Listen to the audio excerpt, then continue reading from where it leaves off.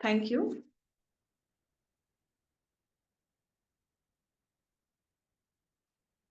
Thank you so much. ठीक है, अब हमारी क्लास आगे रिकॉर्ड भी हो रही है। तो जैसे कि आप लोग भी इसे घर में करेंगे, आप लोग क्या करेंगे कि एक मैप अपनी कॉपी में ड्रॉ करेंगे और उसमें अपने जो भी आपके जनपद है उसे उसमें नोट डाउन करते रहेंगे। अलग अलग पेन से बनाएंगे तो और भी ज्यादा अच्छा रहेगा। इसको मैं लास्ट में आपको बना के दिखाऊंगी कि आपको कैसे करना है। एक बार फिर से हम देखते हैं। दून द्वार के बारे में हमने पढ़ा कि वह क्षेत्र जो चौरस घाटियों के बीचों बीच का जो क्षेत्र है, गहरा क्षेत्र, उसे दून या द्वार कहा जाता है। इस क्षेत्र में सर्वाधिक जनघनत्व पाया जाता है। कि कई बार पेपर में क्वेश्चन बन जाता है, निम्न में से किस क्षेत्र में सर्वाधिक जनघनत्व है। और अक्सर लोगों को क्या लगता है कि मिडिल हिमालय में हमारे कितने हैं सर्वाधिक जन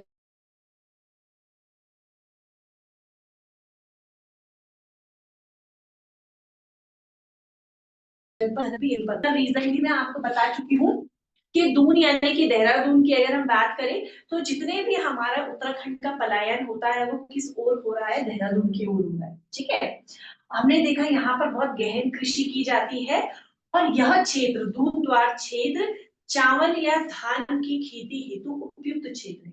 तो इस पॉइंट को भी नोट कर लेंगे। धान की खेती हेतु उपयुक्त क्षेत्र, धान की खेती हेतु उपयुक्त क्षेत्र। ठीक है, हमने कुछ इसमें जगह पढ़ी, कौन कौन सी जगह पढ़ी। सबसे पहले हमने देखा देहरादून, इसके बाद हमने देखा चौखम और कोठारी। चौखम और कोठारी कहाँ कहाँ पर है? चौखम पौड़ी में और कोठारी पौड़ी में है। इसके बाद हमने नैनीताल का एक क्षेत्र देखा, कौन सा है? पतली, पतली और कोटा, पतली और कोटा क्षेत्र। मैं यहाँ पर लिख भी देती हूँ ताकि आप लोगों को दिक्कत ना हो। सबसे पहले हमने देखा देहरा क्षेत्र। देहरा क्षेत्र कहाँ पर है? यह दून क्षेत्र, यह देहरादून क्षेत्र में। ठीक है, इसके बाद हमने देखा हरकी दून क्षेत्र, ये कहाँ पर है? उत्तरकाशी। हाँ, ये पूरा दून द्वार में ही है। हरकी दून क्षेत्र भी आपका उत्तरकाशी में। इसके बाद हमने देखा पतली और कोटा, ये कहां पर है? नैनीताल। नेक्स्ट हमने देखा चौखम और कोठारी। कोठारी है ना, ये कहां पर है? पौड़ी में। एक अलग से हमने क्षेत्र देखा चंदा, चंदी। तो ये सारे के सारे, इस चंदी की कोई एग्जैक्ट लोकेशन नहीं है, लेकिन ये सारे के सारे जो क्षेत्र हैं ये हमारे किस क्षेत्र में आते हैं? दून द्वार क्षेत्र में। एक फैक्ट हमने पढ़ा कि अगर यह वेस्टर्न हिस्से में होगा तो तब हम इसको किस नाम से जानेंगे? दून। पश्चिमी क्षेत्र दून के नाम से, जबकि पूर्वी क्षेत्र द्वार के नाम से जाना। क्लियर है? तो ये सारे के सारे फैक्ट हमने इसमें कवर कर दी। इसके बाद नेक्स्ट इंपॉर्टेंट क्षेत्र जो है हमारा वो है शिवालिक।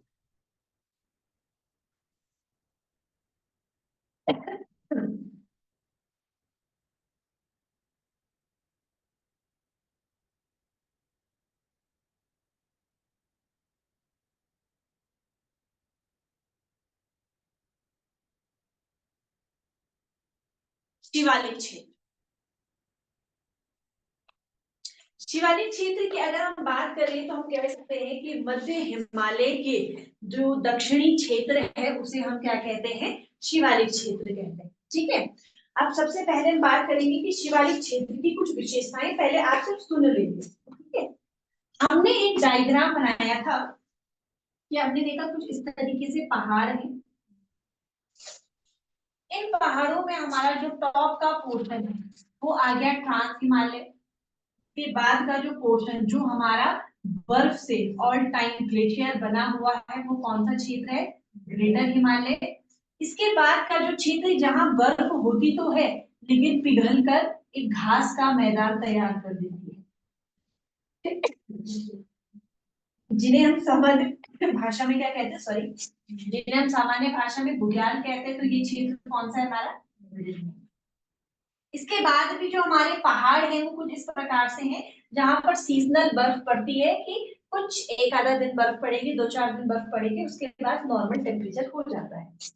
और यहाँ से जो हाँ हमारे ग्लेशियर है, यहीं से ही हमारी क्या आती है, नदियां, और बहुत तीव्र ढाल में ये नदियां फ्लो करती है, क्योंकि बिल्कुल पहाड़ है, स्ट्रेट है, तो नदियां क्या है, बिल्कुल फ्लो कर रही है। और ये नदियां अपने साथ पहाड़ों से जो बड़े बड़े पत्थर है उनको अपने साथ लेकर आती है। ये जो क्षेत्र है जहां पर ढलान थोड़ा कम होना शुरू हुआ है, यहाँ पर तो बिल्कुल स्ट्रेट ढलान है, पर अब ढलान कम होना शुरू हुआ है, इसी क्षेत्र को हम क्या कहते हैं, शिवालिक।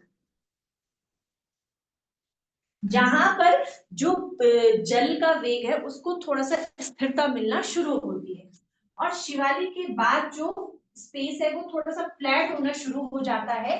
तो जितने भी हमारे बड़े भारी भरकम पत्थर होते हैं वो सब इस क्षेत्र में कहीं रुक जाते,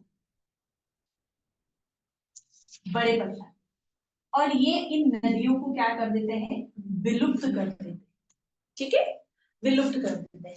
जब ये पत्थर थोड़ा रुक जाते हैं, इसके बाद हमारे पास छोटे पत्थर बच जाते हैं, या मिट्टी या बालू बच जाता है, और जो जल है वो दोबारा से ऊपर आना शुरू हो जाता है। और यही क्षेत्र हमारा क्या कहलाता है, तराई। और तराई के बाद का जो क्षेत्र है वो क्या है हमारा, गंगा का मैदान। कहने से मतलब ये है कि जो ये पानी यहाँ पर आ रहा है इस ढलान में, शिवालिक में, तो ये जल अपने साथ बहुत सारे खनिजों को लेकर भी आता है ना, मिनरल्स। तो इस कारण जो हमारा शिवालिक श्रेणी होता है ये खनिज की दृष्टि से बहुत महत्वपूर्ण हो जाता है, क्योंकि यहाँ पर सर्वाधिक खनिज पाए जाते हैं। और क्यों पाए जाते हैं ये समझ में आया? ठंडा लग रहा है क्या? चलो कोई नहीं, अब हम कुछ टाइम बाद यहाँ पर हीटर वगैरह या ब्लोवर वगैरह का अरेंजमेंट कर देंगे, सब ठीक हो जाएगा। यहाँ थोड़ा है नीचे ठंडा, जैकेट वगैरह डाल का है टाइम। तो हमने देखा कि शिवालिक श्रेणी है, ठीक है, और इसी के ही बाद से हमारा जो क्षेत्र है उसे हम क्या कहते हैं, हिमालयन फ्रंटल फॉल्ट भी हम कहते हैं। ठीक है, क्योंकि अब यहाँ पर पर्वत खत्म हो गए, इसके बाद तो पूरा प्लेन स्टार्ट हो गया। यहीं पर अगर हम हाँ हाँ ये है भावर, नाम नहीं लिखा था, बना दिया था, ठीक है। अच्छा, अब आपको एक नदी के बारे में मैं बताती हूँ, खो नदी। खो नदी सुना है कभी इसके बारे में? कहाँ है खो नदी? हाँ वेरी गुड, कहाँ पर है, कोटद्वार में। अब इस खो नदी का नाम खो नदी क्यों पड़ा होगा? खो मतलब क्या होता है, खो गई, एग्जैक्टली, यानी कि खो जाना, मिस हो जाना, खो जाना या मिस हो जाना, गायब। अब अगर हम बात करें, जो कोटद्वार है वो किस जनपद में आता है? पौड़ी जनपद में आता है। पौड़ी स्वयं किस श्रेणी में आता है? शिवालिक श्रेणी में, जिस शिवालिक श्रेणी को हम पढ़ रहे हैं। अब अगर हम बात करें इस तरीके से, अगर कहीं पर पौड़ी है तो ये पौड़ी का सबसे डाउन पोर्शन है कहीं पर कोटद्वार, क्योंकि कोटद्वार अपने आप एक प्लेन्स वाली जगह है, ठीक है। अब हमने देखा कि शिवालिक के जस्ट नीचे का पोर्शन क्या है, भाबर। अब यहाँ पर कोई नदियां आई होंगी या कोई एक नदी आई होगी, और वो भाबर के क्षेत्र में क्या हो गई, कहीं खो गई। इस वजह से जो कोटद्वार है वो भाबर क्षेत्र में आता है, और यहाँ पर जो नदी है उसका नाम क्या है, खो नदी है। तो खो नदी किस क्षेत्र में है, भाबर क्षेत्र में। क्लियर है, समझ में आया ये फैक्ट? ठीक है, तो अब इसके बारे में हम सीधे सीधे लिखना शुरू करेंगे। तो ये मैंने शिवालिक के बारे में आपको बताया कि सर्वाधिक खनिज यहाँ पर पाए जाते हैं। यहाँ पर हमने कोटद्वार में खो नदी का जिक्र पढ़ा, क्योंकि शिवालिक के जस्ट नीचे का क्षेत्र कौन सा है, भाबर क्षेत्र। ठीक है, अब इसके बारे में फैक्ट लिखना शुरू।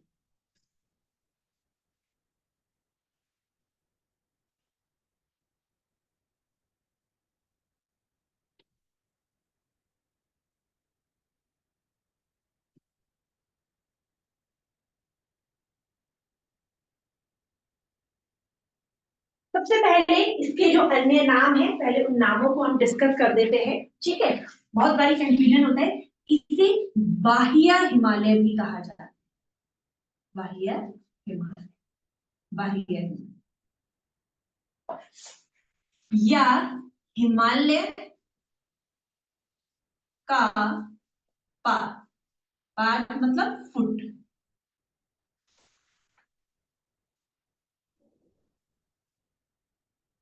इसीलिए इसे हिमालयन फ्रंटल फॉल्ट भी कहा जाता है, हिमालयन फ्रंटल फुट भी कहा जाता है, और हिमालयन फ्रंटल रेखा भी कहा जाता है, लाइन, ठीक है। शिव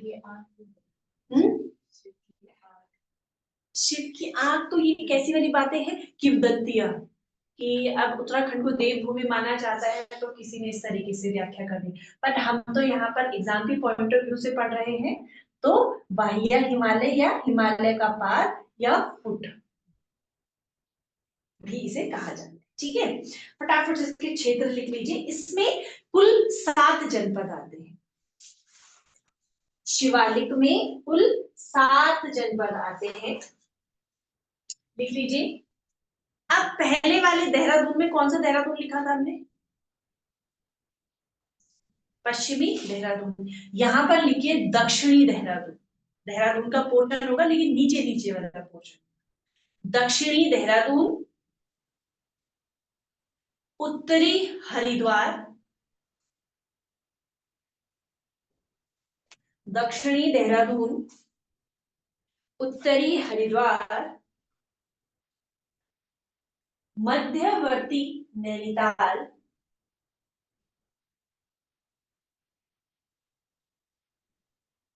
मध्यवर्ती पौड़ी,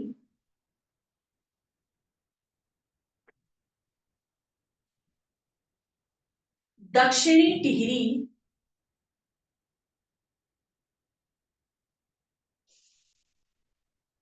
दक्षिणी अल्मोड़ा और दक्षिणी चंपावत।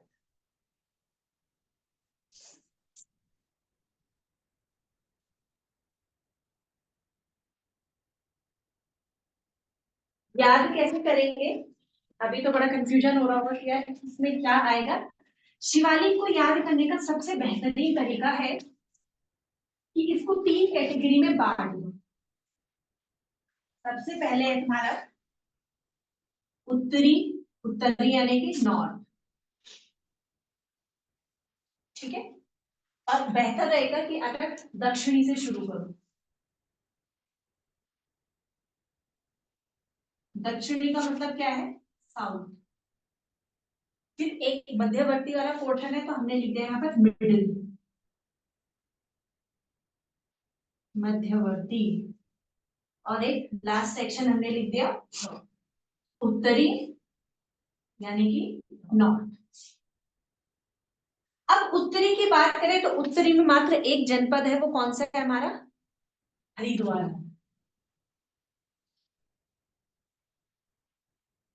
यानी कि हरिद्वार का कौन सा पोर्शन, उत्तरी पोर्शन। मध्यवर्ती की बात करें तो यहाँ पर कितने जनपद है हमारे, एक यहाँ पर है, 2 यहाँ पर है। तो कौन कौन से हैं, मध्यवर्ती पौड़ी और दूसरा मध्यवर्ती टिहरी तो नहीं होगा, अल्मोड़ा होगा, है ना। तो मध्यवर्ती अल्मोड़ा। आप ये लोकेशन भी तो देखो ना, पौड़ी है तो पौड़ी के बगल में कौन सा जनपद है ना। मैप तो अब याद हो ही गया होगा धीरे धीरे करके। तो पौड़ी के बगल में जब अल्मोड़ा है तो पौड़ी के बीच का पोर्शन है, तो ऑब्वियस सी बात है अल्मोड़ा के भी बीच का पोर्शन होगा। पहले समझ लो तब बनाना। फिर बात करते हैं दक्षिणी या साउथ की। 3 हो गए, बचे हमारे पास 4। तो वो 4 किसमें है, किसी के पास। दक्षिणी देहरादून, देहरादून के जस्ट बगल में क्या है, टिहरी गढ़वाल। तो दक्षिणी टिहरी। फिर नेक्स्ट दक्षिणी क्या, रुद्रप्रयाग लिखा हमने, रुद्रप्रयाग नहीं लिखा है। तो फिर एक चंपावत होगा, दक्षिणी चंपावत, दक्षिणी चंपावत ना। तो दक्षिणी चंपावत, दक्षिणी अल्मोड़ा और अल्मोड़ा मध्यवर्ती भी है।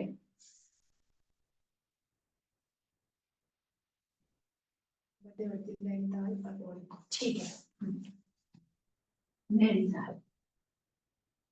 ठीक है, तो ये हमारे क्लियर हो गए। अब तो हो गया सब क्लियर, ठीक है ना, सात हो गए। तो हमने इसको तीन पार्ट में डिवाइड करा, दक्षिणी, मध्यवर्ती और उत्तरी। दक्षिणी की जब भी हम बात करेंगे तो इसमें क्या क्या आ जाएंगे हमारे, देहरादून, टिहरी, चंपावत और अल्मोड़ा। बेहतर है कि पहले इसको सीक्वेंस में याद करो, पहले अल्मोड़ा तब चंपावत। इन चारों का कौन सा वाला पोर्शन है, इनका साउथ का हिस्सा, साउथ वाला पार्ट। ये पेपर में क्वेश्चन बन गया था एक बारी अल्मोड़ा के संदर्भ में, क्योंकि अल्मोड़ा इससे पहले मिडिल हिमालय में भी हमने पढ़ा था।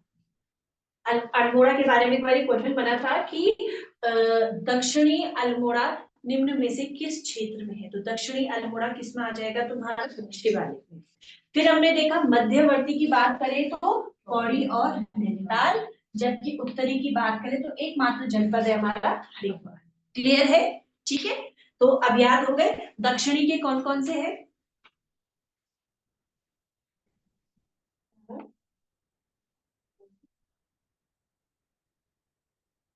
अल्मोड़ा, चंपावत। मध्यवर्ती के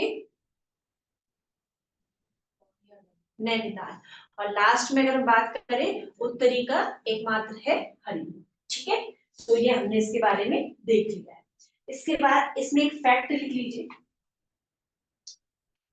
इस क्षेत्र में सर्वाधिक जीवाश्म पाए जाते हैं। इस क्षेत्र में सर्वाधिक जीवाश्म, जीवाश्म का मतलब होता है फॉसिल्स। फॉसिल्स क्या होते हैं,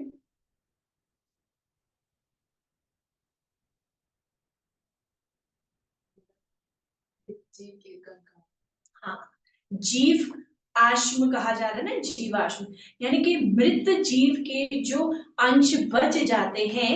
तो हमने देखा कि शिवालिक में आके ढलान कम हो जाती है, तो कम हो जाती है तो पूरी पूरी संभावना है कि जो मृत जीव के कंकाल होंगे वो इस क्षेत्र में ठहरना शुरू हो जाएंगे। तो यहाँ पर सर्वाधिक जीवाश्म पाए जाते हैं। यह हिमालय श्रेणी का, यह हिमालय श्रेणी का सबसे नवीन भाग है। यह हिमालय श्रेणी का सबसे नवीन भाग है।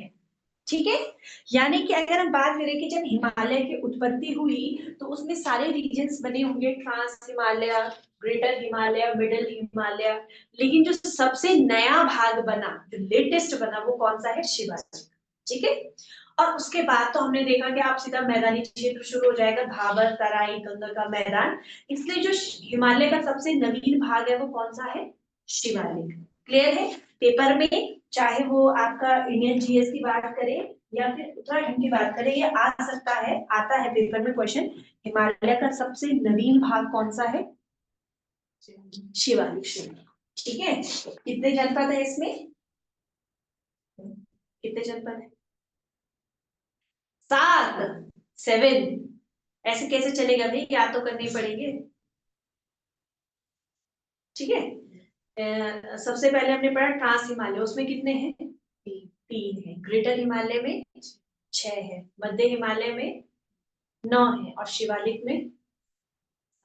ठीक है, इसके बाद हमने देखा कि यह सबसे नवीन भाग है और इसमें सर्वाधिक जीवाश्म पाए जाते हैं। ठीक है,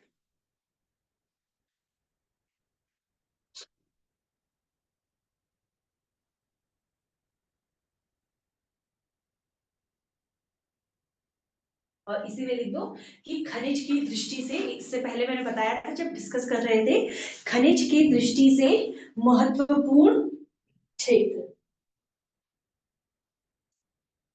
खनिज की दृष्टि से महत्वपूर्ण क्षेत्र। अब नेक्स्ट हेडिंग डाल दीजिए फटाफट से, भाबर। इसमें कोई डाउट अब,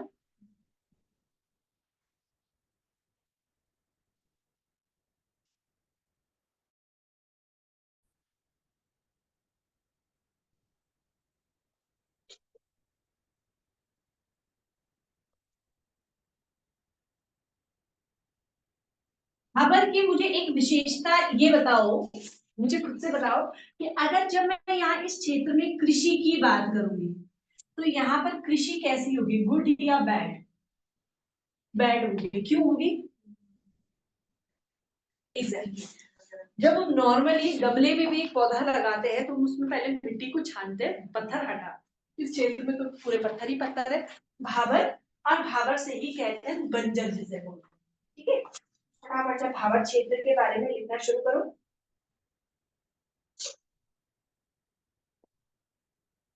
ठीक है, भूमि का वह क्षेत्र,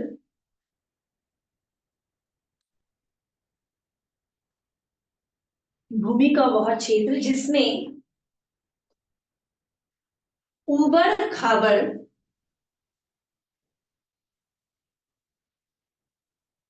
मिट्टी, कौमा मिट्टी, कंकड़ पत्थर,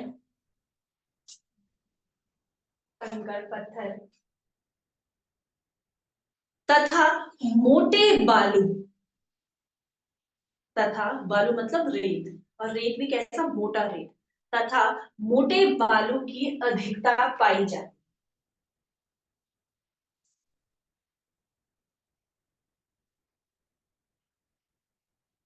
क्षेत्र लिख लो, कहां से कहां तक है?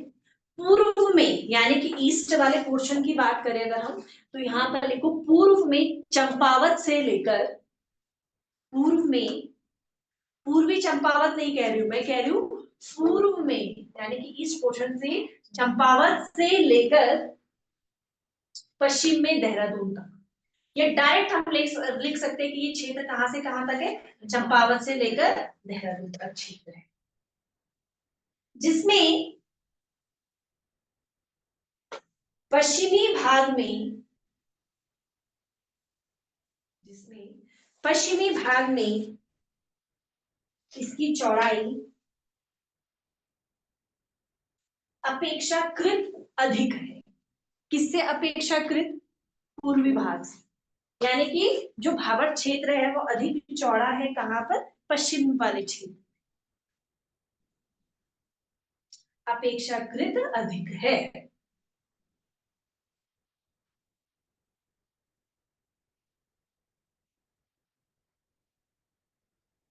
ठीक है, अब जिन क्षेत्रों में अगर हम कहें कि पत्थर है, कंकड़ है, तो वहां पर अगर वनस्पति की बात करें तो किस प्रकार की वनस्पति होती होगी? ऐसी कौन सी वनस्पति है जिसके लिए बहुत ज्यादा काम करने की जरूरत नहीं है?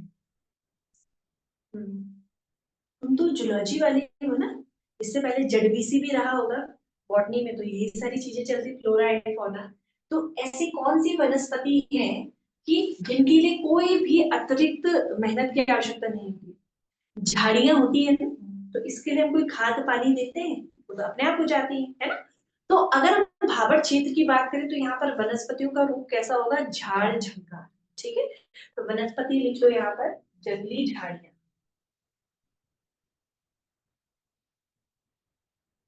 या प्राकृतिक वनस्पति। प्राकृतिक वनस्पति का मतलब ये होता है कि जो नेचुरली अपने आप हो जाती है, जिसके लिए कोई एफर्ट की जरूरत नहीं है, या प्राकृतिक वनस्पतियां।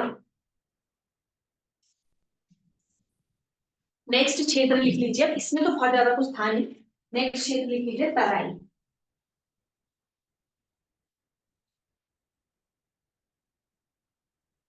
तराई की बात करें तो यहाँ पर कृषि हेतु कैसा क्षेत्र है, गुड और बैड? हाँ, ये सबसे उपयुक्त क्षेत्र है कृषि हेतु, तो तराई में लिख लीजिए अब।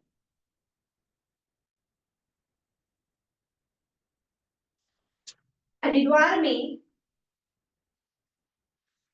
गंगा के मैदान के, हरिद्वार में गंगा के मैदान के उत्तर, गंगा के मैदान के उत्तरी भाग, यानी कि जो गंगा का मैदान है ना हरिद्वार में, उस क्षेत्र के ऊपर वाले हिस्से की बात हो रही है तराई के लिए, जो उसका नॉर्थ वाला पोर्शन है, गंगा का मैदान का जो नॉर्थ वाला पोर्शन है। यानी का हरिद्वार में गंगा के मैदान के उत्तरी भाग,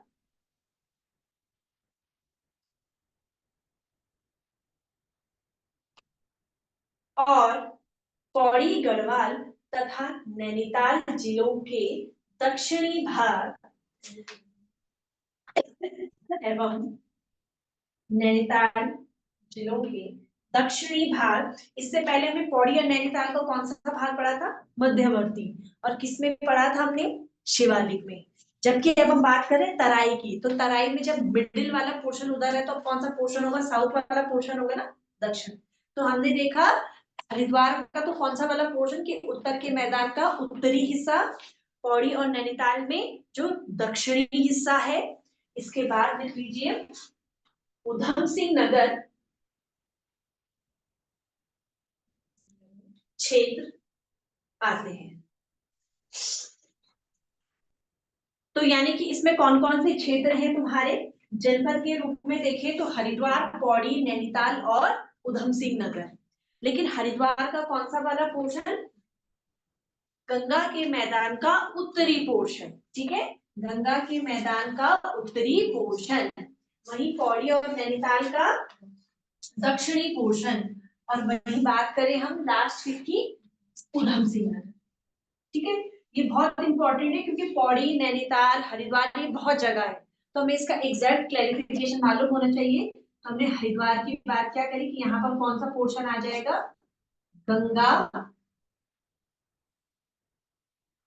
प्लेन्स ऑफ गंगा का उत्तरी भाग, पौड़ी और नैनीताल का दक्षिणी भाग, और उसके बाद हमने देखा लास्ट उधम सिंह नगर।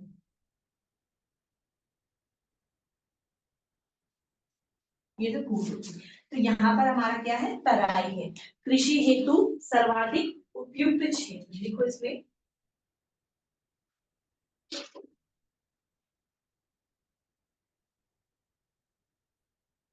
उधम सिंह नगर है ये पूर्व में, पूर्व में मतलब जैसे ये हरिद्वार का मैदान ये उत्तरी भाग है, ये पौड़ी गढ़वाल और नैनीताल के दक्षिण। उधम सिंह नगर, उधम सिंह नगर तो पूरा आएगा ना। उधम सिंह नगर में तो गंगा का तो कोई है नहीं बहाव। तो ये जो उत्तराखंड का मैप है ना, ये इस तरीके से है ढलान में, यूं करके तो नीचे का पोर्शन बनाते हैं ना इस तरीके से।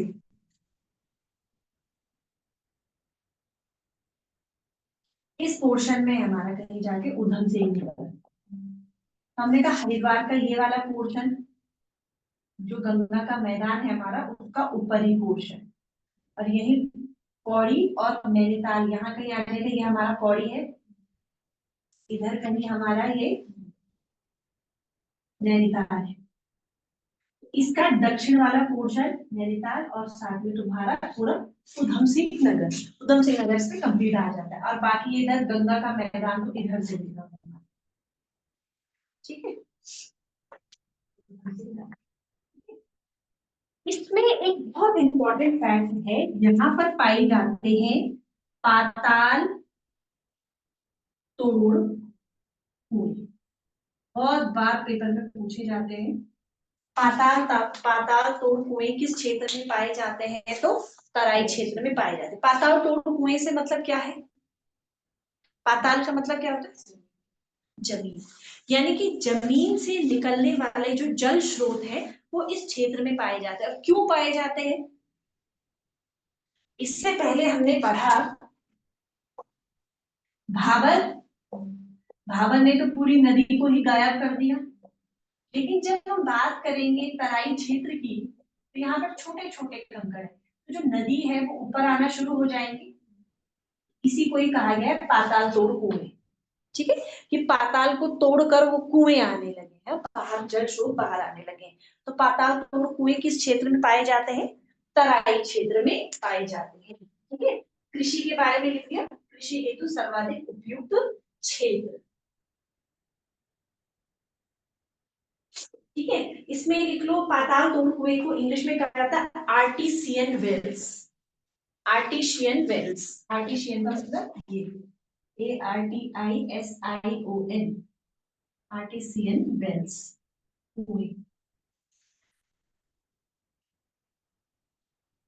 Artisan wells. ठीक है, तो इस क्षेत्र में जो कृषि होगी वो कैसी होगी? सर्वाधिक जल चाहने वाली कृषि।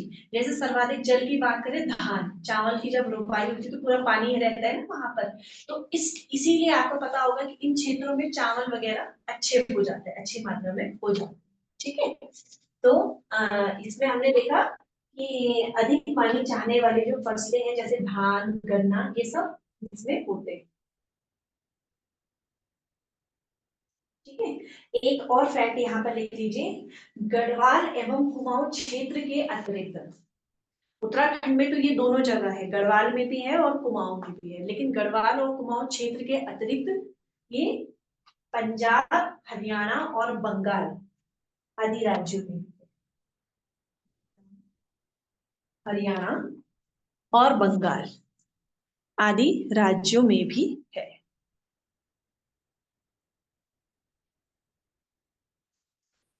क्लियर है? ठीक है, नेक्स्ट लास्ट हमारा आ गया गंगा का मैदानी क्षेत्र। फटाफट से इसको कर लो, गंगा का मैदानी क्षेत्र। इसमें सीधा सीधा लिख लीजिए,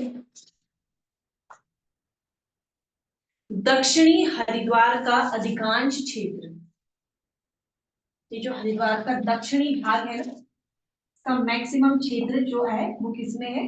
गंगा का मैदान। गंगा का मैदान को फटाफट से समझ लेते हैं। गंगा का मैदान से मतलब क्या है कि इस क्षेत्र में गंगा नदी बहती है और मैदानी क्षेत्र है, इसलिए हमने इस क्षेत्र का ही नाम क्या दे दिया? गंगा का मैदान। ठीक है, अच्छा, गंगा नदी कितने जनपदों से होकर गुजरती है भाई, कितने राज्यों से होकर गुजरती है? इसको मुझे कल बताना, कि खोज करना गंगा कितने राज्यों से होकर गुजरती है। ठीक है, चलो पहले हम समझते हैं यहाँ पर गंगा का मैदान। आठवां हिस्सा हमारा है ये उत्तराखंड के भौगोलिक विभाजन का क्षेत्र, इसमें आ जाएगा दक्षिणी हरिद्वार। ठीक है, यहाँ पर दो प्रकार के क्षेत्र पाए जाते हैं, एक होता है खादर और एक होता है बांगर। खादर क्षेत्र कौन सा होता है? ये तो पता है, लेकिन नहीं पता क्या, मतलब जहाँ पे नहीं होती है, नहीं, जहाँ प्रति वर्ष पानी आता है, प्रति वर्ष जल। जबकि बांगर क्षेत्र की बात करें तो यहाँ 3-4 वर्षों में एक बार जल, एक बार जल। अगर हम इसको समझे डायग्रामेटिकली तो ये कुछ हिस्सा है, इस हिस्से का ये वाला पोर्शन हर साल जल की पूर्ति करता है। ठीक है, तो जो ये वाला हमारा पोर्शन है ये कौन सा है? खादर। तो जो इसकी उत्पादकता होगी वो अच्छी होगी। क्यों होगी उत्पादकता अच्छी? पानी हर साल पानी मिल रहा है। पर जो ये वाला क्षेत्र है, इस वाले क्षेत्र में जो उत्पादकता है वो इसकी अपेक्षा कम होगी या ज्यादा? इसकी अपेक्षा कम होगी, लेकिन वार्षिक स्तर पर, वार्षिक स्तर पर। अब क्यों बोल रही मैं, इसको समझ लें। यहाँ पर जो जल है खादर में हर साल मिल रहा है, तो इसने कुछ उत्पादकता करी, और यहाँ 3-4 वर्षों में एक बार मिल रहा है, तो इसकी जो वार्षिक उत्पादकता होगी वो कम होगी। लेकिन अगर हम ओवरऑल उत्पादकता की बात करें तो ज्यादा इसकी होगी, मैक्सिमम इस क्षेत्र की होगी। क्यों होगी? क्योंकि इस क्षेत्र का एरिया बढ़ जाता है। तो अगर हम ओवरऑल की बात करें कि मैक्सिमम ओवरऑल किसमें मिलती है, तो वो किसमें मिलती है? बांगर में मिलती है। जबकि वार्षिक रूप से देखी जाए तो वो किसमें मिलती है? खादर में मिलती है। ठीक है, तो इसको अब हम भाषा में लिख लेंगे। ठीक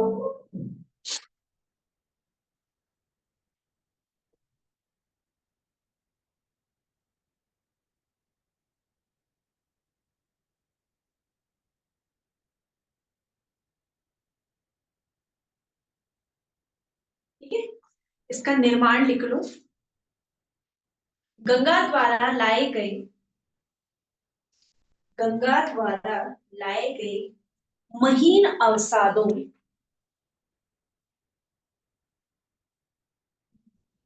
अवसादों महीन कण वाले अवसादों या महीन अवसादों। महीन का मतलब बहुत छोटे, जो गंगा जो छोटे छोटे अवसाद लेकर आती है, ठीक है, उससे क्या लिखा, गंगा द्वारा लाए गए महीन कणों वाले अवसादों जैसे कीचड़, कॉप या मिट्टी। कीचड़, कॉप या मिट्टी, कॉप या मिट्टी, सब एक एक ही सिनोनिम्स है। कीचड़ बोलो, कॉप बोलो, मिट्टी बोलो, ठीक है। कौन लेकर आ रहा है कीचड़ कॉप मिट्टी? गंगा नदी लेकर आ रही है, ठीक है। गंगा नदी द्वारा लाए गए महीन कणों वाले अवसादों जिसे मिट्टी, कॉप या क्या कहते हैं, कीचड़ कहते हैं, ठीक है, द्वारा लाए गए निर्मित क्षेत्र, लाए गए निर्मित क्षेत्र को गंगा का मैदानी क्षेत्र कहा जाता है। गंगा का मैदानी क्षेत्र कहा जाता है, गंगा का मैदानी क्षेत्र कहा जाता है उसमें, जिसमें बाढ़ प्रवण क्षेत्र को, बाढ़ प्रवण क्षेत्र को मतलब क्या है, जहां प्रत्येक वर्ष बाढ़ आ रही है, तो वो क्या हो जाएगा आपका बाढ़ प्रवण क्षेत्र। बाढ़ प्रवण, प्रवण सॉरी प्रवीण नहीं, प्रवण, बाढ़ प्रवण क्षेत्र। अगर